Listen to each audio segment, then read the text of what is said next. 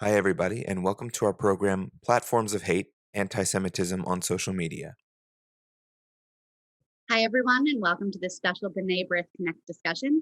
I'm Melissa Weiss, Managing Editor of Jewish Insider, and I'm so pleased to be with you today moderating this event. Connect is B'nai B'rith International's Young Professionals Division, a vital force to nurture B'nai B'rith leaders. This panel is part of our series on issues related to B'nai B'rith's advocacy efforts against anti-Semitism and for the State of Israel. Today, we'll be speaking about anti-Semitism on social media, something that's always been a serious issue, but has recently surged following the flare-up between Israel and the Palestinians last month. Making matters worse, anti-Semitic vitriol online has since turned into physical violence, as well as a global campaign of hate against Jews and the Jewish state. Joining me to delve into the significant rise of anti-Semitic discourse on social media are Arizona State Representative Alma Hernandez and Alums for Campus Fairness Executive Avi Gordon, as well as B'nai B'rith Connect Vice Chair Josh Sutin. Alma Hernandez is a member of the Arizona House of Representatives, where she served since 2019. A native of Tucson, she worked for Bridging the Gap, a program that helps women living with HIV/AIDS, before becoming the first Mexican-American Jew to win an elected office in American history. Avi Gordon is the Executive Director of Alums for Campus Fairness, having previously spent nearly a decade in the pro-Israel campus community, working for organizations such as Stand With Us, API, and the American Jewish Committee. Today, he leads Alums for Campus Fairness, helping to ensure that universities remain pillars of open dialogue for all students, including Jewish students and their allies. Alma and Avi, thank you so much for joining Josh and I today. Now, I think the way that it'll work, I've got a number of questions. I'd like this to be a little bit more of a discussion. And then for those of you who are tuning in from around the internet, please feel free to submit questions through Zoom, and we'll try our best to get to them toward the end. Now, you all come from different professional backgrounds. Alma, you have worked in the political space. You are working in the political space. Avi, you come from the campus space, and Josh, you're in the tech space. The anti-Semitism that's been on the rise over the last month, how are each of you seeing that manifest? How is what you're seeing online translating into your circles and your day jobs and your day-to-day work? Maybe Alma, do you want to get us started? Sure. Hi, everyone. And first of all, thank you for having me join you all. It's great to be with you. So obviously in politics, I think we all know that things are a little different sometimes. And a lot of times we have politicians who use, trending hashtags and kind of the clickbait language to try and get support from their constituencies. Unfortunately, I feel that over the last, and this isn't obviously something that's new. Anti-Semitism has been on the rise for years. However, over the last several years, we've seen a rise of it within our circles, especially in politics. And I'm not here to debate politics and policy here, but I am here to talk a little bit about what it's like being an elected official and also being a part of the community and seeing how sometimes, unfortunately, the hate that we get online and on social media translates to the hate that we see within our circles. So, as someone who's very proud to be a Democrat, I consider myself a progressive here in Arizona. A lot of times, what we're seeing happen is what people are seeing online. They're just simply, taking it on and not even doing research on it, not even taking the time to talk to any of us, but they're simply putting that out to their folks on their platforms. That is the most dangerous thing we can all do, because the more we spread misinformation, we see more hate crimes, more vandalism. In Arizona, we just dealt with two pretty ridiculous vandalism cases here. One at my synagogue, which is Chavarim, a small synagogue that's tucked into a community. We had our front glass window broken. And then 2 weeks after that, a Chabad center ended up having their door be vandalized as well. So there's a trend here, and I think with the recent situation escalation in Israel, we saw a lot of it happen, and it spread within the political circles. So unfortunately, I wish I could control what others did, and I can't. I can only control what I do. So I have really seen it just get a lot worse over the last few weeks. Avi, what about you? What have you seen? I know campus is a very, very unique beast, shall we say? Absolutely. Lots of reports out of different schools. So I'd love to hear kind of how you've been seeing it. Sure. So first of all, thanks to you and to Josh Sushin for inviting me onto this. And Melissa, we've always known each other for many years and you used to work in this space. So I know you're quite familiar with this. And Josh, you worked at API with me and after me. And I think we're all familiar, but for everyone else as well, the campus space has been, it's been a challenge this last academic year, given given the hybrid learning that's been going on, given a lot of the different elements that happened, especially since the last conflict that we just went through a month ago, maybe even less than that. My time has worked, but I think with campuses, unfortunately, we're seeing students being harassed, bullied, attacked many times, whether it be virtually behind a keyboard, whether it be in person as well. I mean, just this week at San Diego State University, the Chabad on campus, someone ripped off a part of the menorah on that campus and ripped off some signage as well in front of students, hugging each other and embracing each other as one of their advertisements on the wall of San Diego State. It's quite alarming. Alums for Campus Fairness and working tirelessly in trying to get the administrations across the country to kind of recognize that there is an issue going on with Jewish and Zionist students on campuses and to support them. Unfortunately, with what happened in this past conflict, we've seen numerous occasions of biased and unjust attacks on the Jewish community. And we at ACF, we've actually created just about a dozen petitions across the board. So we have over 40 chapters, meaning 40 universities where we are present with nearly 12,000 alumni within our network. And so we bring them together as a unified alumni voice to help counter what's going on in campuses. Students are in a tough spot right now. And I think it's imperative that we all are there to show our support because, we all were students at one point, and I certainly remember feeling kind of alone or, feeling just kind of unsafe. And having that support, I think, is of paramount importance. So it's been a really challenging academic year, and we certainly foresee it unfortunately not changing next year either. So we'll see what happens, but we're all obviously here to help. Yeah, absolutely. Josh, you work in a totally different space than Avi or Alma or myself, frankly. What are you seeing in the tech startup world? Yeah, so first off, thank you, Melissa. Thank you, Avi and Alma and the B'nai B'rith staff for putting this together. I think it's an incredibly timely conversation, especially as the world has shifted from having communities kind of insular and in their own silos to now coming back up and becoming more lively. That the shift from digital to in-person and the way that we communicate is super, super important. As far as in the tech world, I think over the last few years, there's been a massive push to focus on diversity. The word diversity, though, is so nuanced and it can mean so many things that in certain cases, we unfortunately see it come at the expense of other groups. So, a specific example, we've seen Google's even own head of diversity make certain anti-Semitic statements from blog posts. And Jewish Insider did a great report about how there's actually Silicon Valley leaders came together and they published a joint statement. I believe Jordana Stein from Enrich was the leading author on that statement. But more and more of these tech leaders, these massive organizations, the Googles, the Microsofts, the Facebooks, they're really trying to figure out what is the best way to not only govern their platforms if it's a marketplace, but how do certain portfolio companies and venture capital firms, how do the small startups navigate not only ensuring that diversity does not come at that same expense? And, we're seeing a perfect example, actually, another one is that Facebook has put together this board of individuals that can help govern what happens on their platforms.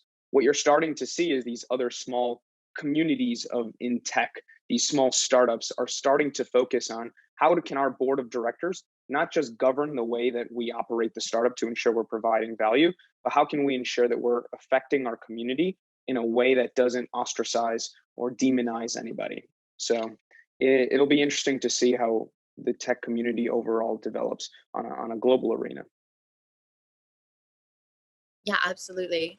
One thing, I mean, I feel like, in the Jewish community is very guilty of this. We talk so much about what is happening and not always about what our responses are. So I'd really like to kind of be a little bit more forward thinking and think about, how we address these sort of things. Now, Avi, I mean, you work on college campuses around the country and everywhere from San Diego State to Rutgers to Harvard. What are the kinds of responses that you're seeing from university administrators in response to this latest uptick in anti-Semitism?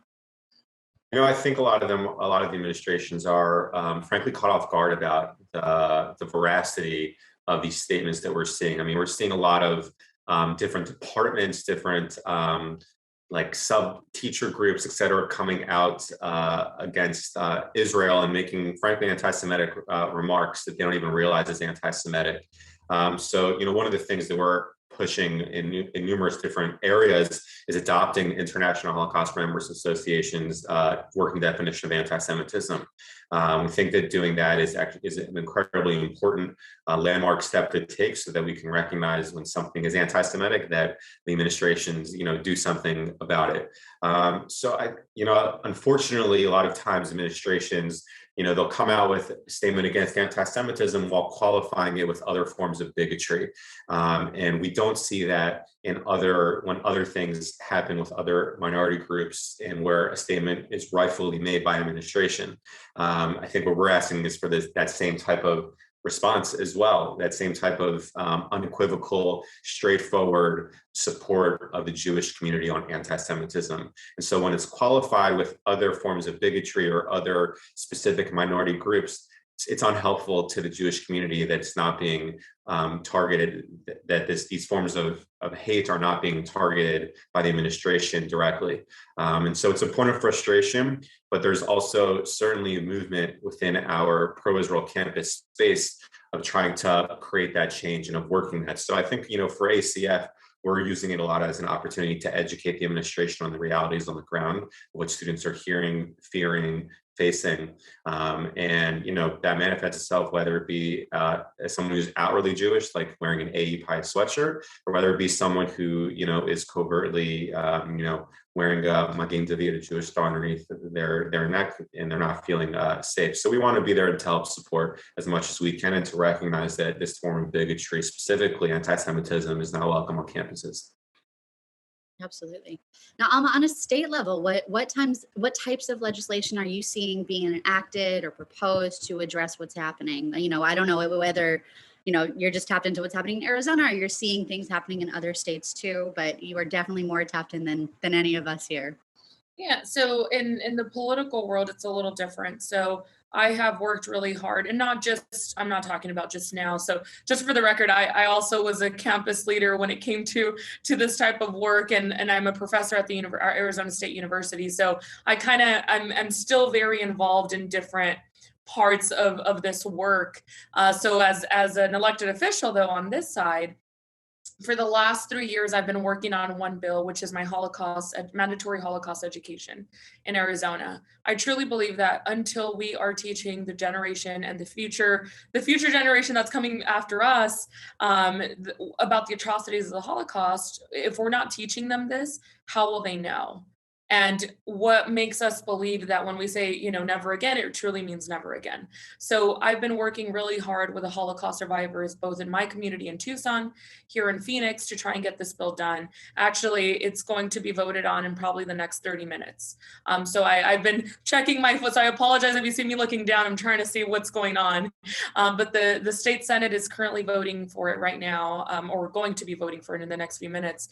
But that's just step one, right? If we want to truly talk about hate and we want to talk about the roots and where all this begins, we really need to teach the background and the history and what happened during the Holocaust and why we should never allow, for little slight remarks made by politicians, because it happens a lot. We're seeing it happen right now in Congress, on local, state levels. where politicians think it's funny to compare what's going on with the pandemic to the Holocaust, to make comparisons of vaccinations to the Holocaust. And let me be clear, there's nothing we can ever compare to the Holocaust, and we should never make it normalize the fact that people are doing that. So for me in politics, my main thing has been pushing for legislation that will truly make a difference, including Holocaust education. 2 years ago, I worked on a bill that would help us redefine what anti-Semitism is here in Arizona, and we got a lot of pushback from both sides of the spectrum, as you can imagine. And I've already committed, to doing this again, but next year. This year, my main focus with all of the hate we're seeing against Jews right now is we really need to teach the Holocaust, and it's clear that even my colleagues need to learn it, because we have so many colleagues who are elected officials that don't know anything about the Holocaust, and it's alarming, and it should really scare everyone. That's step one. I've been working every time something has happened here in Arizona. I immediately contact our elected officials. I was really proud to see that the governor, both U.S. senators, Senator Kirsten Sinema, Senator Mark Kelly, were involved. They contacted Chabad, they contacted my rabbi to, offer support, see what they could do. So this is just where the conversations begin, right?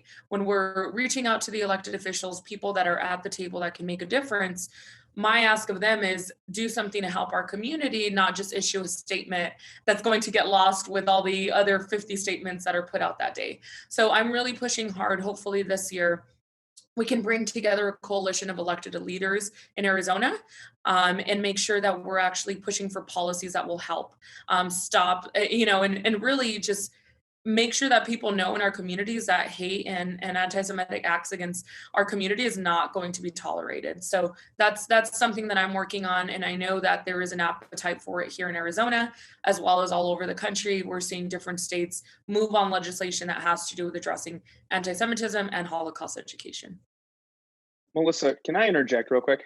I actually have a super interesting question for Alma on that point, if I may. I know it's not part of the transition. Something that we see as far as when it comes to private enterprise is that so many institutions require some sort of what they call diversity training, right? Workplace, everything from workplace harassment to what diversity means in the workplace. And it's now become mandatory depending on, I don't think it's at a federal level, I think it's at a state level, depending on the company. And the type of Holocaust education in the bill that you're working on, first of all, I think it's incredibly important. And the fact that only recently, the last few years, that certain states are passing something that should have been taught in schools just shows the necessity for education reform, in my opinion, across the country. But it would be super interesting to see how can we take that level of education and bring it to a private level. Right. So whether it's, an Avi in your place in universities, are university administrators and officials supposed to be going through their own type of training? Like, what can we do that's actionable rather than, to Alma's point, just making a statement that just kind of gets lost? And Melissa, and I hope that's okay. I don't know if that kind of overlaps the question you were going to ask, but I'd love to. Next question, Josh. Yeah, I'd love to pick everyone's brain about how can we take that to a private level? Because when we see companies like Google and Facebook, where it's one thing if a politician that has their constituents that they're catering to, but it's another thing when it's a global platform that's talking to hundreds of thousands of not just employees, but also users of the product or service. And so it'd be interesting to see what ways, if any, or maybe you guys have seen it, that we can target kind of those executives or those decision makers. Yeah, I'll just quickly respond to the, well, not quick. There's a lot I have to say. And I know we don't have a lot of time, but when I look at what's going on around the country, and you really look at these companies and organizations that have many members, that have many workers there, look at let's be honest here for a minute. Most companies have now shifted into including a diversity or an office of diversity and inclusion, or bringing someone on. The first mistake that many companies are making is not bringing in someone who's actually from those communities. There's nothing worse that you could do is open up a position for diversity and inclusion and not have someone who fits any of those run that that group. I've seen it happen many times, and I do think that that's, number one, the biggest mistake they can make as a company. Number two, I think one thing that we could do, especially as elected officials and leaders within your own field, is reaching out to those organizations and companies. I will tell you that there have been multiple situations on school campus where I have personally reached out to the president of the university and said, not only as an employee of the university, but as an elected official, this is very concerning to me that we have, our student body government that's trying to, push for BDS or things of this nature. It's our duty when we are in these levels of position, and when we're able to actually create change within our own organizations, to be reaching out to these folks. They're not going to know, and they're not going to just, sit there and wait for it to happen. And we can't sit there and wait for it to happen. We have to be doing our part as well. And that means reaching out. That's the first step. Obviously, I think when it comes to private companies, it's a little different when we're working on legislation. We can't really come in and force a company. I mean, we can't, unless it's something connected to the government and there's funding involved from the state. I can't really tell a company like, you must do this. So it becomes a little tricky, but I think building those relationships and working with the leaders of those companies makes all the difference. So, I think we have a long way to go when it comes to making sure that these companies are doing their part to, educate their employees and even people in their own leadership. It's definitely something that's needed. And I think teaching how, one of the trainings that most people are getting is a non-bias training. If we're teaching that, we should be able to teach folks about, what we're facing in our country with anti-Semitism and against other religious groups and other members of our community who have been targeted for who they are. Sure. I'm curious, Avi and Alma and Josh too, if there are any examples of companies or of organizations or of government, entities that you think have done a good job of kind of reacting to the uptick in anti-Semitism over the last month. I know, we see a lot of concerning things. What Avi discussed, the all lives mattering of anti-Semitism, but certainly there are groups and organizations that are doing it right. And I was curious if either of you, and Josh too, have seen any that you think should be specifically highlighted.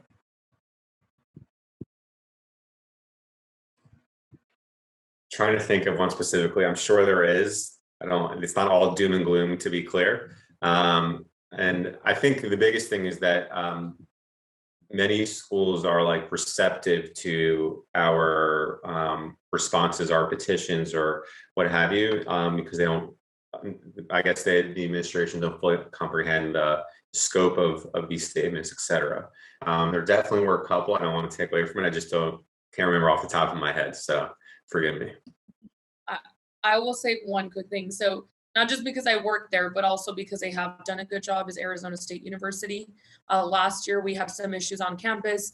The president of the university quickly issued a statement, not only a statement, but within the policies of the university, they adopted language saying that the university would not support or be a part of anything related to anti-Semitism.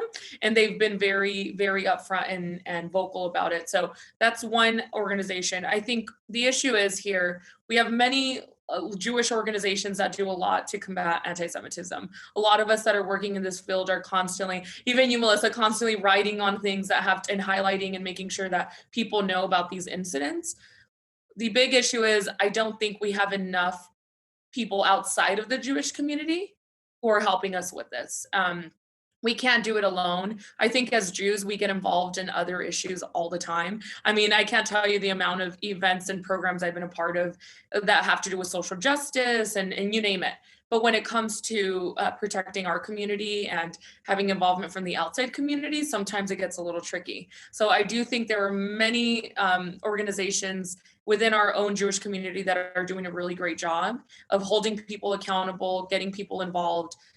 We need to do more outside of the Jewish community to ensure, because the Jews can't just protect the Jews. Like, we must be protecting each other, but we also needed the outside community to also be involved. So I do think every organization that I know that I've been a part of in the Jewish community is doing a lot to try and help with that, but we need to be doing outreach outside of the Jewish community as well. Sure. Yeah, and if I can, just to follow up what Alma was saying, what we're seeing, like exactly that, is that if there's nothing that's happening, then that is what is being done for the Jewish community, right? It's very reactive. And so when you see these, Silicon Valley tech leaders, the Googles, the Facebooks, they publish a statement, it's very reactive. Up until that happens, you don't really see anything happening internally or even externally in their statements. And so unfortunately, in my experience, the standard is, okay, well, if we're not doing anything that's anti-Semitic, then we're helping out the Jewish community, right? Once something happens, then the pressure's on us to do something, and it's only until that reaction happens that it becomes, then it becomes the standard. What you're starting to see, at least, there's few examples where certain companies, and I think there was a few law firms. I can't think of a specific example. A few law firms that kind of changed a lot of their value statements to incorporate different groups in the United States, specifically in the United States, to ensure that all communities are, feeling welcome as part of their clientele. But yeah, to Alma's point, I think that in the for-profit, in the private sector, there needs to be a lot more work to be proactive rather than reactive. And these Jewish organizations that lobby, these private entities, whether it's the ADL, whether it's the Jewish Insider that's writing, informative pieces, whether it's, Avi working with universities across the nation, or Alma publishing legislation, it can't just be Jewish organizations putting pressure on the private sector. It has to come from within. And until that happens, we're going to continue seeing Jewish organizations fight tooth and nail to go and lobby a Snapchat or a Facebook to go ensure that their platforms are catering to all communities. Like even a couple months ago, and Melissa, and you guys did a great piece on this, Clubhouse, a platform that was meant to bring and democratize speech to people that wouldn't necessarily have the opportunity to connect and to share their thoughts. All of a sudden, subjective thought became objective fact, and people's opinions, these rooms were starting to develop that had absolutely nothing to do with the topic, but just an avenue for people to express anti-Semitic views. So it kind of exacerbated that same marginalization that was already happening, that same anti-Semitism. And what did Clubhouse do? It was until something happened that they reacted. And I think that Alma said it best, is we need more of that proactive status. We need more of that kind of work from within, not just the Jewish community fighting for it. So I don't know what the right answer is. I don't know if there's a template or if there's something we should start sending out to every chief human resource officer, chief diversity officer, but it certainly is an issue. And I think that the work that Alma and specifically Alma and Avi are doing when it comes to changing the narrative and ensuring that there's that level of education reform is going to be super. It's imperative, actually, to the way that this is going to evolve in the next few years. That actually brings up an interesting question when you mentioned Clubhouse. You have all of these social media platforms: Clubhouse, Twitter, Facebook, Instagram. I actually saw yesterday that Venmo, the banking platform, was giving out $500 to randomly selecting users to give out $500. And one of the users to whom it gave money was someone who had in his Twitter bio an image of Jewish star, the hashtag 6 million more, and the Palestinian flag. I guess the question is, what more can social media platforms be doing to moderate the kinds of hate speech that really run rampant? I know that there have been a number of hearings in Washington where Mark Zuckerberg and Jack Dorsey and other executives have come in. But really, what can be done to move these different platforms toward actively moderating against types of hate speech? Go for it. Sorry, just quick thing on this, because I get so frustrated. I can't begin to tell you how many people I have personally muted because I can't block people as an elected official, can't block people. I wish I could because there are many people who deserve to be blocked. However, I have muted so many people on every app that I have. One thing that blows my mind is we literally have seen people like the David Dukes of the world, because when I ran the first time, David Duke came after me and all of his trolls. The fact that we ban like former President Trump from Twitter, but don't ban someone who's out there like literally praising and saying like all Jews should die. I just don't understand how there's that double. Like if you're blocking one person for being just, in my opinion, obviously as a Democrat, I have my opinions on that. But if you're blocking one person because of things that they have incited or said, you should be blocking everyone else too from these platforms. And I don't think that there is, it's not like this person said something that was less worse or this person, it wasn't too bad. No, if someone is actively engaging in anti-Semitism or Islamophobia, all of these, like really, this is the problem. And if we allow it to continue, then we're not doing anything to actually, address it. If you're blocking one person off a platform, you should be blocking all the others who are also contributing to this hate. And if you're not doing that, then you're not going to stop them. And I know that there's people, well, if you block them off this, they'll just start their own thing. We can't control what apps or what programs they want to start, but we can control what is put out to the rest of the world when you shut them down.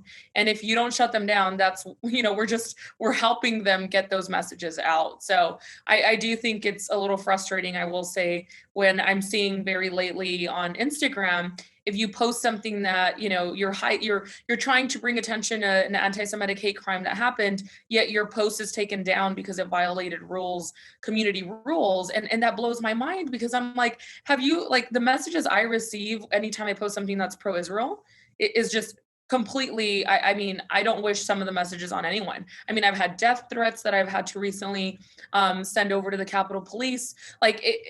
I'm telling you, like it happens, and it's frustrating that there's people that are constantly doing it, yet nothing is done about it. So sorry, that's just my rant to say that if one person is shut down, they should all be shut down. Yeah, if I can interject, 100%, I'm in the same boat, and it's incredibly frustrating when, how do you moderate those that are meant to be the moderators? Like this individual is the subjective policy moderator for Clubhouse, Facebook, Twitter, and their ideology becomes the company philosophy, which is a huge problem. Exactly what Alma, for the exact same reason, because now you have these individuals that are spewing whatever on social media, but the problem isn't that there's bigots in the world. That's never going to change no matter what's going to happen. What's a problem is when those bigots garner a community, which then that turns into action, because that is exactly how it spreads and it continues to. And I want to quick shout out to our hosts. I know B'nai B'rith has been lobbying tech CEOs for several years. And in addition to kind of that same type of lobbying, is we need to ensure that every single platform has a diverse group of moderators. People need to be ensuring what is getting put out there so that exactly what Alma just said doesn't happen. Because the problem is when that turns into action is when you start to see what was happening in places like, in Arizona and LA and Poway. And it's incredibly sad to see that bigotry, when manifested into, action is what's going to essentially, I think, what these platforms need to do. So I think it'll be very interesting to see, again, how they develop. Diversity is such a loose term and nuance. It really needs to like encompass what does it mean, especially for platforms that have such a wide reach. And I'd actually be super interested to hear from Avi, how are universities able to do that? Because a university campus is very, very different than a private enterprise. So when all of a sudden a professor at DePaul University decides to, this was a couple of years ago, but when they decide to teach their own ideology, which is naturally happens in a course, how is that in line with the university values? Or how can you ensure that it is in line with the university values so that all of a sudden, I think indoctrination is a strong word, but all of a sudden students are hearing a professor who's technically the objective, persona in this, because that becomes a problem as well. For sure. great softball pitch right there by Josh. No, but I think it's a serious issue. Indoctrination is the right word. I think it is strong, but I think it's appropriate to use in this point. Listen, in 2015, Alums for Campus Fairness was founded by the three co-founders who went to Vassar College in upstate New York, right by where Melissa is from, in Poughkeepsie, New York. So what happened there was that many professors were sharing their personal views on the conflict, on Israeli-Palestinian conflict, and their views on Israel, which was widely inappropriate for classes that have nothing to do with history or the like. And when our alumni learned about it, they brought together their own kind of group and established what is now our first chapter. And they made a difference. I mean, I think a lot of times universities don't even realize what's going on in specific classes unless it's brought to their attention. And so what our alumni did in our first chapter was bring it to the attention. And I think it created a major change for the college there for the better. So I think likewise on many universities, many universities use free speech as the tool that allow this indoctrination to happen. When someone's teaching a math class and they talk about, a mass, apartheid happening, it's inappropriate and it needs to be called out. It needs to be disciplined appropriately for it. I mean, this happened a few years ago at the University of Michigan, where a TA wouldn't sign a letter of recommendation because the student wanted to go to study abroad in Tel Aviv. No one asked what his thoughts were on the conflict. They asked based on the student's merit that he do a letter of recommendation, which he didn't do, and he was sanctioned by the university appropriately. He wasn't allowed to have sabbatical, et cetera. So we created a chapter because of that happening at Michigan, and we helped shed light on what was going on. And so the administration recognized this is a serious issue that we need to address directly. So it's an opportunity again. And I think with social media, I mean, we naively thought because of this pandemic, with hybrid learning, not everyone in school, and not much is going to happen on campuses. And that wasn't the case. I call it, keyboard activists. They're behind a keyboard. They're saying things that they would never say to you in person, but they're going to say it on a tweet or on a Facebook group, et cetera. And students any of us would be really upset about it and are upset about things that are happening. And I think, these different social media platforms have an obligation to step up to the plate. I feel like, Melissa, you're at that ADL conference when Sacha Baron Cohen talked about the need for Facebook to step up to the plate. Personally, I totally agree. I mean, it shouldn't be just one side of the political spectrum or the other, or kind of tit for tat. It should be very plain and simple. This is hate speech, and this needs to be addressed. So likewise, what we're doing on campuses. Actually, Avi, I have a follow-up for you. So even though I no longer work in the campus space, I still tune in occasionally to student government hearings when issues about Israel and BDS come up, because I want to know what the conversation is, how it's shifted over the last half decade or so. And one thing that really stuck out to me, it was earlier this year. It was at UC Irvine. There was, the whole thing was conducted via Zoom. And it was streamed on Facebook Live. And as I was reading through the comments that were responding to the different speakers, because this meeting went on for hours, at one point there was a student from UC Davis who was speaking, and she was talking about her experiences after BDS had passed at her school, and there had been vandalism and things like that. And then in the comments section, I can't remember if it was Facebook or Zoom, another student who also didn't go to UC Irvine, I think he was from Bard College, commented that maybe the Jewish students painted the swastikas themselves, to make themselves look like victims. And so in situations like that, where does the responsibility fall? When you have, I think some of the challenge might be that even though we've been Zooming for 15 months, this is still a kind of a new frontier for a lot of us. And so there are no norms or rules really in place, but really where does that responsibility fall? That's a great question. Well, obviously, in the beginning of Zoom life, there were Zoom bombings that were happening where people are coming in and disrupting lectures and whatnot. I mean, it happened at like funerals as well, like Jewish funerals where Hitler was right, et cetera. And it's an interesting question because I think it comes both ways. I think first of all, the student government itself has an obligation to its students to protect everyone and to make everyone feel safe. It should be a safe space where you're able to share your viewpoints on what's going on, whether we like to hear it or not. I mean, the university is a marketplace of ideas, and for that to be stifled by this type of hate speech is incredibly inappropriate and not okay. And so I think the student government needs to first of all call it out when something like this happens. When you see it, who knows if they saw it, if some of them were in person or whatnot. I think it needs to be called out, and also the administration needs to see that this type of hate is happening. If someone's from Bard College, not even close to where your Irvine is, they shouldn't even be allowed to comment. They should be allowed to observe if that's the purview of what Irvine student government wants to do. But we're all observers. You and I don't go to Irvine, so we're not going to be speaking. But someone who went to Irvine, now UC Davis is different because they're UC schools. Maybe I don't know what the rules are. The Roberts Rules of Order. Who knows? But I do think it's something that needs to be directly addressed. First of all, on the spot, but then also by the leadership. I mean, it's a lack of leadership when this is just allowed to go on like nothing ever happened and that it's acceptable, because it's not. Sure.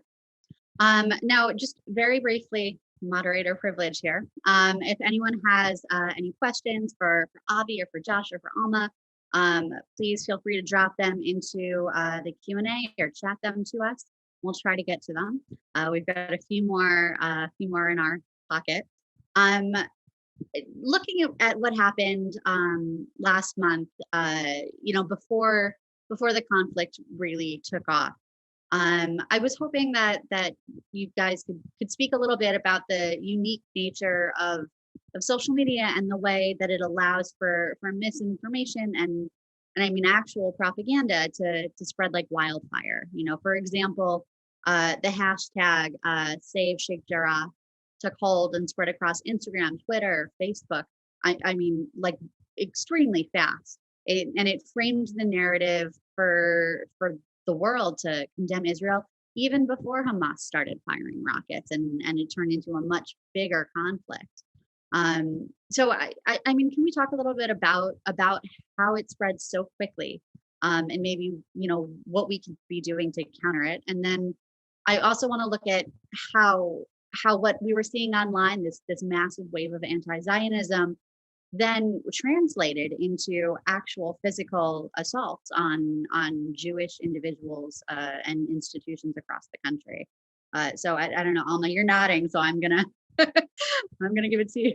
I'm just like, this is my favorite to talk about because, as Avi mentioned, we have many. What did you call it? Keyboard activists. Goodness. If you don't follow me, or if you do, I know some of you do already, you've probably seen that I'm very vocal about this and I call people out constantly. What frustrates me the most is when these hashtags did begin and folks started sharing, these infographics that had like 3 talking points that were very one-sided. Yet I can't tell you how many companies I unfollowed because they were liking these things or resharing, not saying anything, just the simple reshare. I couldn't believe it. I mean, we were seeing, I'm no Bella Hadid, but like, I don't have that many followers. And it was frustrating that people that followed her in the industries of fashion and just about every other industry that I follow, like makeup artists, that they were posting these things and I couldn't believe it. I'm like, how is this even possible? Blew my mind. But then in politics, it was the same. I saw so many of my colleagues who have never once ever had a conversation about Israel. I bet you if I showed a map, they couldn't even point to where Israel is. Yet they were sharing these narratives about how Israel is terrible and we need to free Palestine and blah, blah, blah, blah. So for me, it was really frustrating during all of this time because now we're 3 weeks out, a month out, and people are now back to normal life. I haven't seen any of those people that were posting constantly every hour where are they now? They're not posting anymore. They're not saying anything, yet they were sharing these infographics to their platforms because it was a popular, cool thing to do at that point. So it is extremely frustrating. I wrote to a lot of folks that I personally know who I consider friends. And I said, really? Like, how could you do this if, you've never even had a conversation with me about any of this or with anyone in the community, yet you're sharing these things and can't even point on a map where Israel is. You can't even tell me when Israel became a state. Like, these are all the things that I'm just like, these are the basics. But yet we had so many of these Twitter, Instagram, Facebook trolls who were making it, their mission to make sure that this was widely put out, and it was. So for those of us who are in this space where we're trying to do our best to educate people, have constructive, conversations that are effective and not just, going back and forth and arguing with people, it is very frustrating when we have these national, people or athletes putting things out without having any real sense of what's truly going on the ground. So this is like my favorite thing to talk about because I get really frustrated and I call people out all the time. But it's done, unfortunately, and we need to do a better job of reaching out to those that are our friends who are engaging in this and making sure that they know that it's not okay.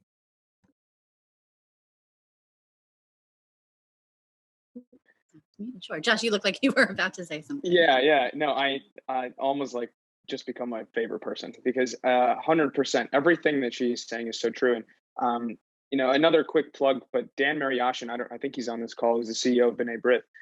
Dan has spent so much time speaking to not only world leaders, but even here in the United States, private enterprises, talking exactly about this, about how a certain like spread of misinformation all of a sudden becomes the objective fact. And like, that's it. There's no nuances. There's no conversation. And what happened with Sheikh Jarrah is a combination of, people just blindly taking what they read on social media.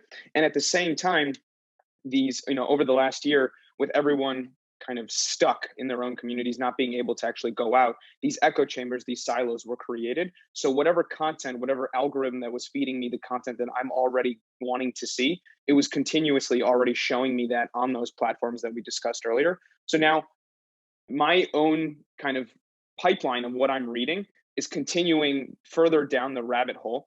And so on top of already the problems with social media, is those two things exploded when people started to see this hashtag. All of a sudden, those keyboard activists, as Avi put it, are now given a megaphone, and that continues to blast out to their individual networks. And while somebody with 100 followers may not necessarily be as impactful, the fact of the matter is that they're furthering something, this hashtag, they're furthering a specific post, and they're amplifying it even more without really realizing it's other networks and with other audiences, not just those in their specific chambers or silos that they've created themselves. So I do want to give a massive kol hakavod. I know I'm biased, but Dan Mariashin, hopefully, I think he's in the audience. They really are doing so much important work, and the conversations that need to continue to be having with these, not just companies, but everyone, in order to ensure that it doesn't happen again, especially specifically on social media platforms. And Melissa, I hate to interrupt again for the flow, but Alma, I would actually be super interested to hear is where does the public sector overlap with places like university and private enterprise, in moderating that type of social media activism or ensuring those types of keyboard activists don't all of a sudden seep into, operations like on a university campus versus internally on a platform like Google or Facebook. Because and maybe this is something we could talk about, but the type of content that a college student is seeing and exposed to, I believe, is vastly different than necessarily what those that are not in school are seeing. Because what you're seeing in your own university community and the way that you choose to act it, I think the bigger focus there all of a sudden is a pivot from something like BDS on campus, which usually is followed by anti-Semitism, and that's when the real problems arise. Whereas in the non-university world, it's just blatant anti-Semitism. Usually, again, I guess is well tied with anti-Zionist or anti-Israel sentiment as well. And I think that there is an issue as far as the way that we need to deal with those things. But I'd love to hear of how can our legislators do more how can we as individuals do more with our legislators? Yeah, Sorry, Melissa. sorry. As far as legislation goes, we can simply drop a bill on any issue. It doesn't matter. I mean, honestly, last year we dealt with an issue 2 years ago. Some young kid who was a Boy Scout wanted us to change the drink of the state to lemonade. Like, anyone can do this. Anyone can come to one of us and say, this is the legislation I want to see happen. Whether or not that person decides to take it on, that's a different story. But every issue, everything you can think of can be turned into legislation. Now, does that mean that all of this is good legislation? Probably not, but it's still a possibility. So the way I say it is, I would hate to have to do a bill every single time on every issue, right? Like, sometimes that's just not effective. When it comes to working with universities, 4 years ago, my first year, 3 years ago when I was here, we voted on a bill that prohibited the state of Arizona interacting with companies that were pushing for BDS. So in other words, if we were using state dollars, we would not do business with those who were engaging on BDS, because as a state, we felt that we should not be taking sides on with any country or doing anything of that nature, but it was specifically to BDS, which is why the bill passed. This was 3 years ago.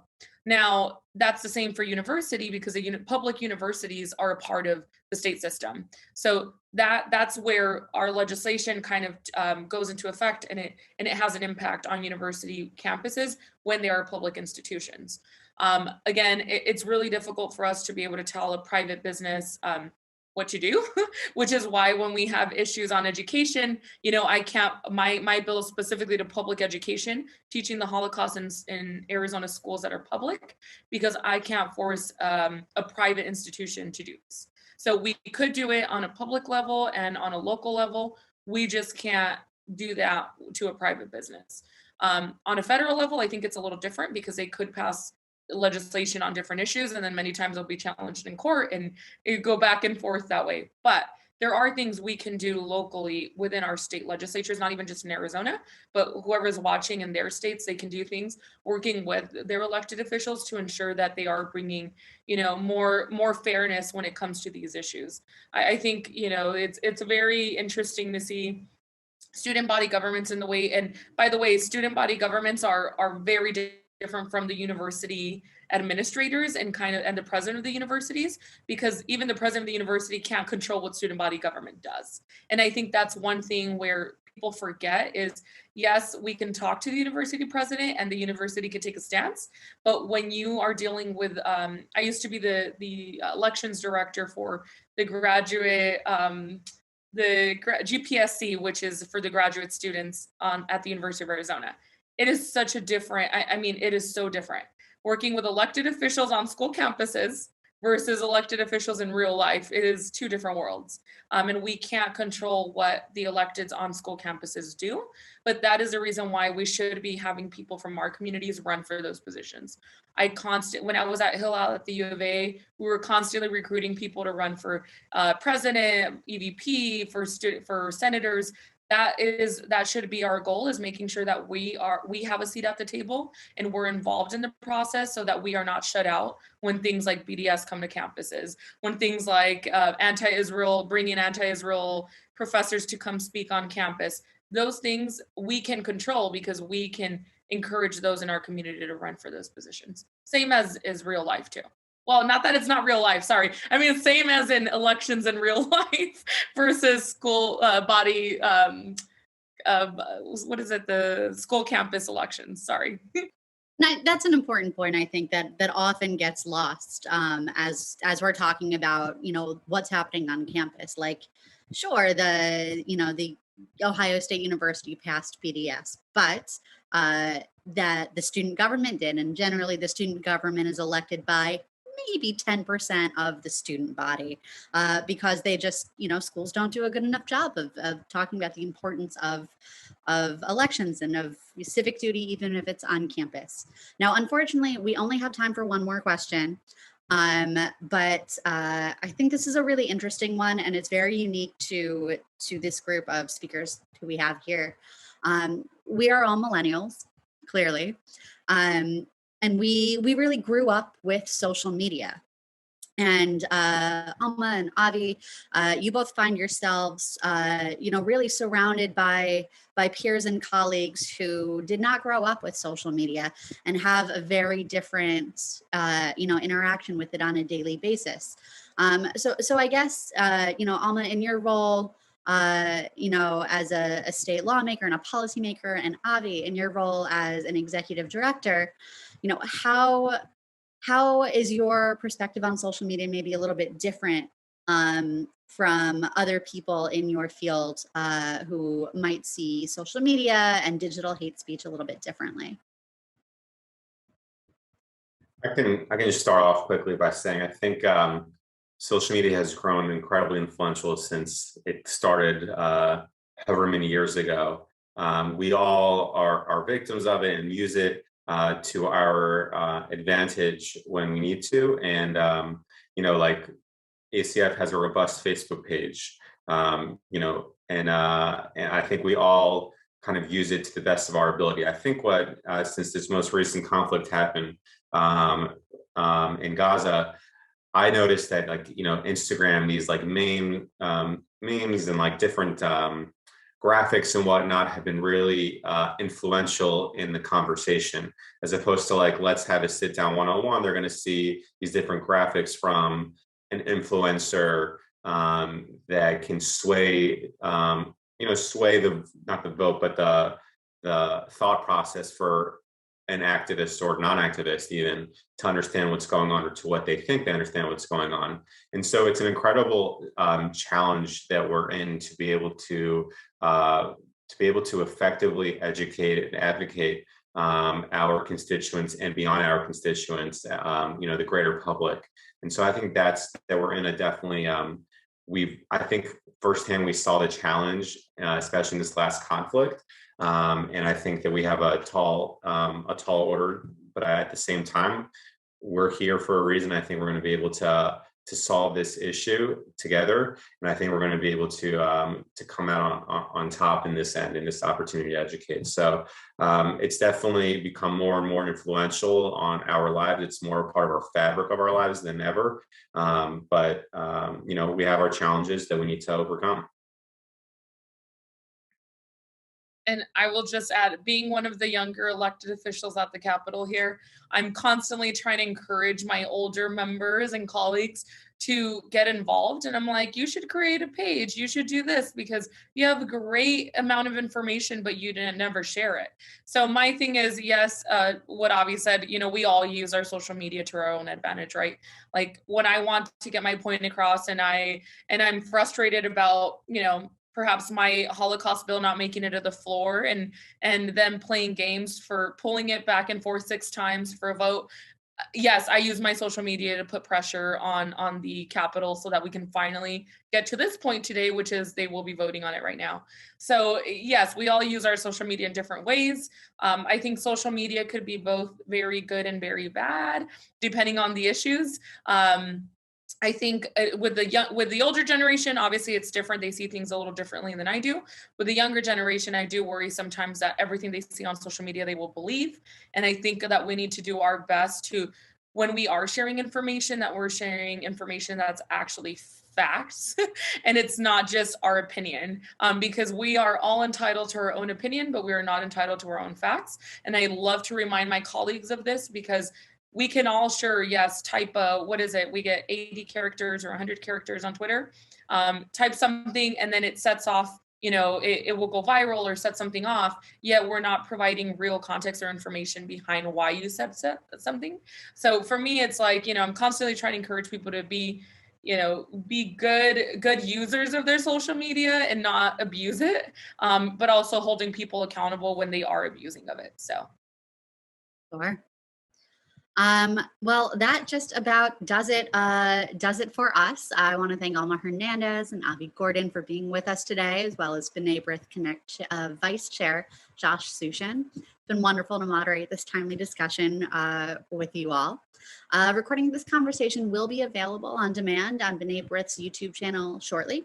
Be sure to visit b'naibrith.org to learn more about the important work that they are doing, not just when it comes to anti-Semitism, but when it comes to Israel and when it comes to working, with vulnerable populations.